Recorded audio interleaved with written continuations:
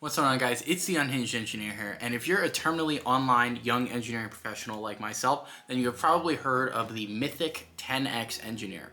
So I'm not a 10x engineer myself, I definitely wouldn't posit to be one, but I've had the privilege and opportunity to work with several of them at this point, and you definitely know one when you see one. So today I want to talk about what a 10x engineer actually is, and then follow it up with some of the skills that these 10x engineers have that makes them this way that 9 out of 10 engineers just don't, and they're not going to be what you think. So I'm the Unhinged Engineer. I make professional development content for other engineers like myself, and if videos like this are something you're interested in, then this is definitely the channel for you. So let's first talk about what a 10x engineer actually is, but I'm going to do so in a way that's a little bit different. I will lay out the general definition of a 10x engineer, but then prove it by contradiction. In other words, I want to talk about what a 10x engineer actually is by discussing a few things it is not. And I think that will hopefully make it clearer to everybody what it really means. So broadly speaking, a 10x engineer is somebody who's 10x more productive or impactful to the organization to which they're employed than the vast majority of engineers, like 99%, right? If you go on X or you go on LinkedIn, this is typically what corporate executives discuss a 10X engineer as being. So this is somebody who, if you hire them, you're going to get 10X more value provided to your organization out of them as compared to 10 of the standard engineer. And obviously you can imagine there's a strong incentive for recruiting teams to go out and try to find these people because you get really high ROI, right? You get 10 engineers worth of value for only 1 engineer's worth of cost. Now, we'll leave some of the interesting corporate dynamics of that aside, but this is broadly speaking what people mean when they refer to a 10X engineer. I want to lay out 3 common misconceptions about what a 10X engineer is. The first one is a 10X engineer is not somebody who's just 10 times more knowledgeable. We have a word for this. It's typically called a subject matter expert. Subject matter experts are incredibly important, whether it's really high level of academic knowledge or industry experience. People with 10x more knowledge or experience in an area are very, very valuable to organizations. However, we don't really refer to them as 10x engineers. 10x engineers are something different. Somebody with 10 times more knowledge in an area is more so referred to as an expert, and they serve a different purpose within an organization, which a lot of the times is actually enabling these 10x engineers to go execute with the information they actually have. So 10x more knowledge, that's something different. That's why it's not the definition of a 10x engineer. So it's not 10 times more output. It's not 10 times more raw output. In other words, lines of code shipped is typically not the highest level of measurement of a candidate or an employee's value to an organization. In the modern world, especially with AI now, that can really be a 10x engineer in this sense, crank out 10 times more code than your average engineer, or even the best engineers. Raw output of work is not really what we're referring to when we talk about 10x engineers. A lot of times 10x engineers also happen to be incredibly high output, but I think when people talk about a 10x engineer, they don't just mean shipping more code. They really mean providing a ton more value to an organization, which makes them 10 times more valuable. So it's not 10 times more knowledge, and it's not 10 times more output. The last one I want to dispel here is it's not 10 times more input. Like, it's not 10 times harder working. I'm sure out there in industry, there are some people who work literally 10 times as hard as other people. But I do think raw input is not really what's being measured by these executives. As we all know, just because you work hard or even work as hard as possible with great intentions for your company, that's not necessarily something that's going to be valued by employers all the time.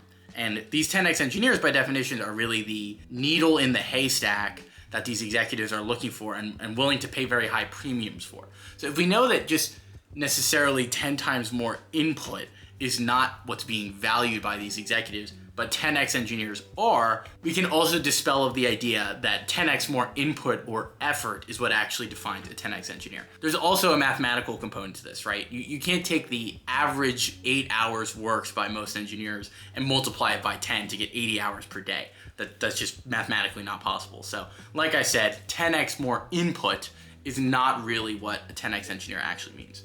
So it's not 10 times more raw output, it's not 10 times more skills or knowledge, and it's not 10 times more input or effort. So what actually is a 10x engineer? I believe, from the experiences I've had with 10x engineers, and hopefully being like, I don't know, a 2 or 3 or 5x engineer at times in my career. I like to think, but I'll let my bosses be the judge of that. In my opinion, a 10x engineer is an engineer with 10 times more agency. So agency is something I talk about a lot on this channel.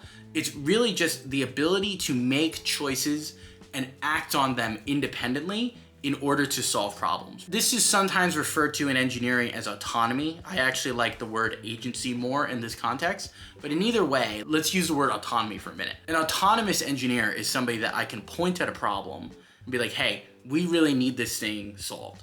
They'll go out, they'll diagnose the problem, they'll come up with a solution, they'll clear it with relevant stakeholders, they'll go implement it, test it, deploy it, and then solve the entire problem really themselves. So they're a one-stop shop for problem solving. A lot of times 10x engineers are touted as having this high versatility, this ability to jump into different settings and contribute meaningfully in all of them, versus not so 10x engineers typically are slotted into one role, one piece of the pipeline, and can't really function outside of the bounds to which they're confined. So this is somebody solving problems autonomously. This is someone with very high agency. And someone who can go out there and really hunt for good work, who can find good work and execute on it at 10 times the rate of your average engineer, that's the definition of a 10x engineer, insofar as I've seen it. So the best engineers I've worked with and the best companies I've worked at all really stress this idea of autonomy. You got to go out there and eat what you kill. So find problems, come up with solutions to them, implement them, and ship them to actual users or customers. Doing all of that on your own independently at 10 times the rate of your fellow engineers, that's what's going to make you a 10x engineer. And the autonomy piece does actually factor into the rate piece, because if you're looking for approval or validation or input from a bunch of different people, you're just not going to be able to produce at the rate of these other 10x engineers. So this is why people have to actually go out and do these things themselves. Now, this isn't to say don't get feedback from others and don't integrate the wisdom of the crowd into your work. It just means you have to have some element of that team intuition baked into your mind, so that when you're going out and you're executing autonomously, you're gonna know what your stakeholders want. You're gonna know how your boss or your teammates or whatever, how they would want you to work as you're going through implementation. So a 10x engineer is really somebody who has all of this priced into their problem solving process and then can again go execute it quickly and accurately. So this is generally what I believe a 10x engineer actually is. It's what defines the great engineers I've gotten the chance to work with and kind of values that I try to live to. So now that we've actually defined what 10x engineer is, it's an engineer with 10 times more agency, more ability to go out and solve problems and produce autonomously than their peers. Let's talk about the skills that are actually required to do that. The first one I want to talk about is scope selection. So for any given effort that one of these engineers might go on, in order to actually guarantee success in some way, or at least open up the possibility of success, you really need a SMART goal. If you've ever heard of this acronym of SMART goals, a goal that you can execute on in a set amount of time with a set amount of deliverables, and you can validate that you actually executed what you were trying to execute and solving the problem that you were trying to solve. So you don't want to fall into this rabbit hole of scope creep. There are certain types of people, whether it's systems engineers or product level people, there are certain stereotypes of professionals who tend to fall into this realm of scope creep, where there's always one more thing that they can do or one more question that they have to answer. At this point, it really becomes a matter of perfection being the enemy of completion. We actually want to do the things that we're trying to do, solve the problems we're trying to solve. And if that problem keeps slowly but surely expanding in scope, we're never actually going to hit the finish line. And most importantly here, move on to the next one. Again, talking about that rate piece of 10x the rate of other people. So being able to define scope for any given effort that you're working on is really, really important to being a 10x high agency engineer in this context. The next one I want to talk about is saying no strategically. So this is related but different. So scope creep is about, as you're doing the work, making sure that you're staying on task and you're staying aligned with the original goal.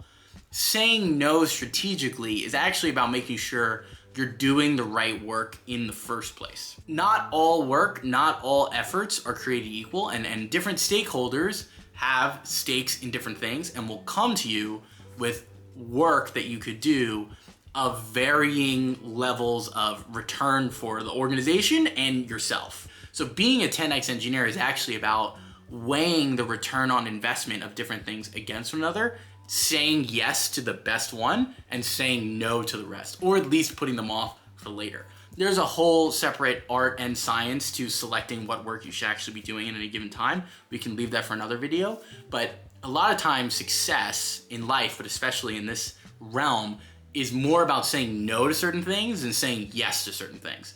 The things you should say yes to typically make themselves very clear. The harder decisions are what to say no to, because in a perfect world, you'd say yes to everything and crush everything and just be an infinitely productive engineer. But even 10x engineers have their limits. Being able to say no at the right time is definitely important for high performance. The next one is unblocking ourselves. So this is something I struggled with a lot towards the beginning of my career. A lot of times when I was younger, I would hit a roadblock and basically try once or twice to kind of fix it myself, and then eventually sit on my hands and wait for somebody more experienced or even my boss to come and help unblock me from whatever I'm dealing with. And I learned pretty quickly that that gets very annoying for the people around you, because they have their own blockers they're trying to work to. And at a certain point, you have to really pull your own weight, and you have to actually be able to unblock yourself. So when you get in a rut or approach a problem that you've never solved before, you got to go figure that out, again, in a largely autonomous way. And this is where a lot of tangible things like debugging skills and research skills come in, but also a lot of intangible things like self-belief that you can ultimately figure out the problem with enough time and effort. The self-belief piece, the confidence in your decisions or assumptions piece. There's tangible and intangible elements to actually unblocking ourselves from problems we're trying to solve or getting stuck on. And I think that cultivating those skills over time is really, really important to our success. The last piece I want to talk about here is building relationships. So the 10x engineer kind of sounds like this lone wolf thing. It sounds like this person who just goes out and, like I said earlier, eats what they kill autonomously, completely on their own. But that's not the whole story. Yes, these high agency engineers are able to execute in a lot of different settings. They're very versatile, they're very adaptable, and they can figure out what they need to figure out without a ton of input or hand-holding from other people. That is true. But it's also true that in order to be maximally effective, engineering really is a team sport, and you have to be able to work with other people on your teams and communicate with your stakeholders or users, customers, whoever, to actually make sure the work you're doing, again, is the right work and you're delivering it in a timely way at the quality that is required, right? So building key relationships, high leverage relationships, is really, really important, because you don't want a contact list of 50 people, each of whom don't actually give you a ton of really good advice or really good intelligence. You want a handful of people that are really going to cut right to the root of the problems you're trying to solve and give you the information that you really need in a timely manner, so you can, again, go out and execute at 10 times the rate of other people. So cultivating strong relationships with engineers in other parts of your organization is really, really critical. I would say this is actually something that I've been pretty good at throughout my career, and it's helped me in spades, especially as an early career person. Because then if you get a lot of people, who are invested in your work and even invested in you as a person, if they look at you as someone with a lot of potential that they can mentor, if you get these really strong relationships with high impact people, sooner or later you're going to become a high impact person yourself, and you're going to get your pick of the litter, like really awesome work that you could choose between, and then again contribute to your organization at 10 times the rate and 10 times the power of other people around you. So I could not advocate for building relationships in your organizations enough. Even though 10x engineers do a lot of stuff autonomously and make decisions on their own, it's also very important that they have strong relationships on which they can stake those decisions and they can get a feedback loop going where necessary. So those are the 4 skills I think are really, really important. Obviously there's other ones: scope selection, saying no strategically, unblocking ourselves, and building strong relationships. I think those 4 things, in my experience, are what define 10x engineers the most. Just to kind of summarize what we talked about in this video, for one, 10x engineers are really high agency. So they're not 10 times more effort, they're not 10 times more knowledge, and they're not 10 times more raw output, lines of code. 10x engineers are engineers that can go out, find problems, come up with solutions, implement them, test and ship them, largely in an autonomous way, and drive impact to their organization very, very quickly at a rate that is 10 times what other people can. The 4 skills I talked about earlier, saying no, scope selection, unblocking ourselves, and building strong relationships, are really the best skills we can cultivate to become 10x engineers ourselves over time. Thanks a lot for watching, guys. I'm the Unhinged Engineer. I've been meaning to talk about 10x engineers for a while now. Like I said, I definitely would not purport to be a 10x engineer myself, but I have gotten the opportunity to work with a lot of really, really impressive engineers, and I like to think on my best days, I'm okay too. So as far as I can tell, these are the skills and the mindsets that 10x engineers actually have that allows them to be very impactful to their organizations and also get paid handsomely while doing it, which doesn't hurt. If you're interested in engineering content for young professionals like myself, then this is definitely the channel for you. Like I said, I'm the Unhinged Engineer. Thank you so much for watching. Please like, comment, and subscribe, and I will see you next time.